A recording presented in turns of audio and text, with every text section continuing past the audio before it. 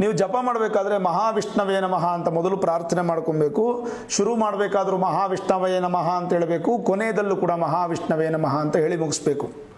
ಇದನ್ನು ಪ್ರತಿನಿತ್ಯ 108 ಬಾರಿ ಜಪ ಮಾಡಬೇಕು. ಅಷ್ಟೋತ್ತರ ಶತಸಂಖ್ಯೆಯ ಅಂತ ಅದಕ್ಕೆ ಹೆಸರು.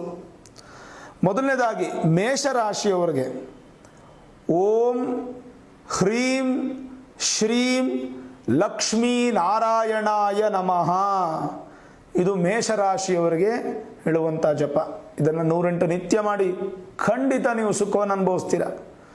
ಶತಸಿದ್ಧ ವೀಕ್ಷಕರೇ, ಒಳ್ಳೆಯದಾಗತ್ತೆ.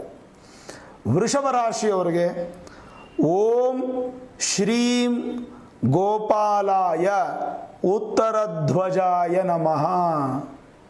ನಾನು ಸ್ಪೀಡಾಗಿ ಹೇಳ್ಕೊಂಡ್ರೆ ನಿಮ್ಗೆ ಅರ್ಥ ಆಗಲ್ಲ ಅಂತ ಹೇಳ್ತಿದ್ದೀನಿ. ಸ್ಪೀಡಾಗಿ ಹೇಳಿದ್ರೆ ನಂಗೆ ತುಂಬ ಸುಲಭ. ಓಂ ಶ್ರೀ ಗೋಪಾಲಾಯ ಉತ್ತರಧ್ವಜಾಯ ನಮಃ ಅಂತ ಹೇಳ್ಕೊಂಡು ಹೋಗ್ಬಿಡ್ಬೋದು ನಾನು.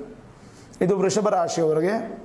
ಮಿಥುನ ರಾಶಿಯವರಿಗೆ ಓಂ ಕ್ಲೀಂ ಕೃಷ್ಣಾಯ ನಮಃ.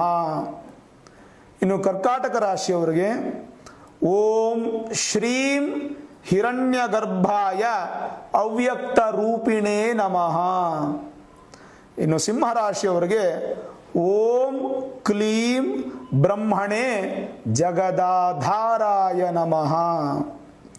ಇನ್ನು ಕನ್ಯಾ ರಾಶಿಯವರಿಗೆ ಓಂ ಶ್ರೀಂ ಪ್ರೀಂ ಪೀತಾಂಬರಾಯ ನಮಃ.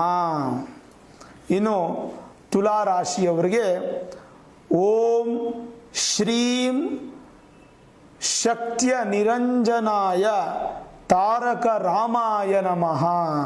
ತುಲಾ ರಾಶಿಯು ಸ್ವಲ್ಪ ಜಾಸ್ತಿ ಇದೆ, ಬಟ್ ಮಾಡಲೇಬೇಕು.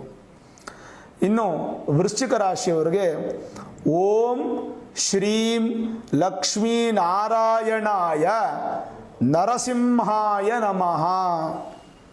ಯಾಕೆ ಹೇಳಿ? ವೃಶ್ಚಿಕ ರಾಶಿ ಅಗ್ನಿತತ್ವ ಅಲ್ವಾ, ನರಸಿಂಹ ಬರಲೇಬೇಕು, ಬೆಂಕಿ. ಇನ್ನು ಧನುರಾಶಿಯವರಿಗೆ ಮಂತ್ರ ಓಂ ಶ್ರೀಂ ದೇವಕೃಷ್ಣಾಯ ಊರ್ಧ್ವದಂತಾಯ ನಮಃ. ಇನ್ನು ಮಕರ ರಾಶಿಯವರಿಗೆ ಓಂ ಶ್ರೀಂ ವತ್ಸಲಾಯ ನಮಃ. ಇನ್ನು ಕುಂಭರಾಶಿಯವರಿಗೆ ಓಂ ಶ್ರೀಂ ಉಪೇಂದ್ರಾಯ ಅಚ್ಯುತಾಯ ನಮಃ.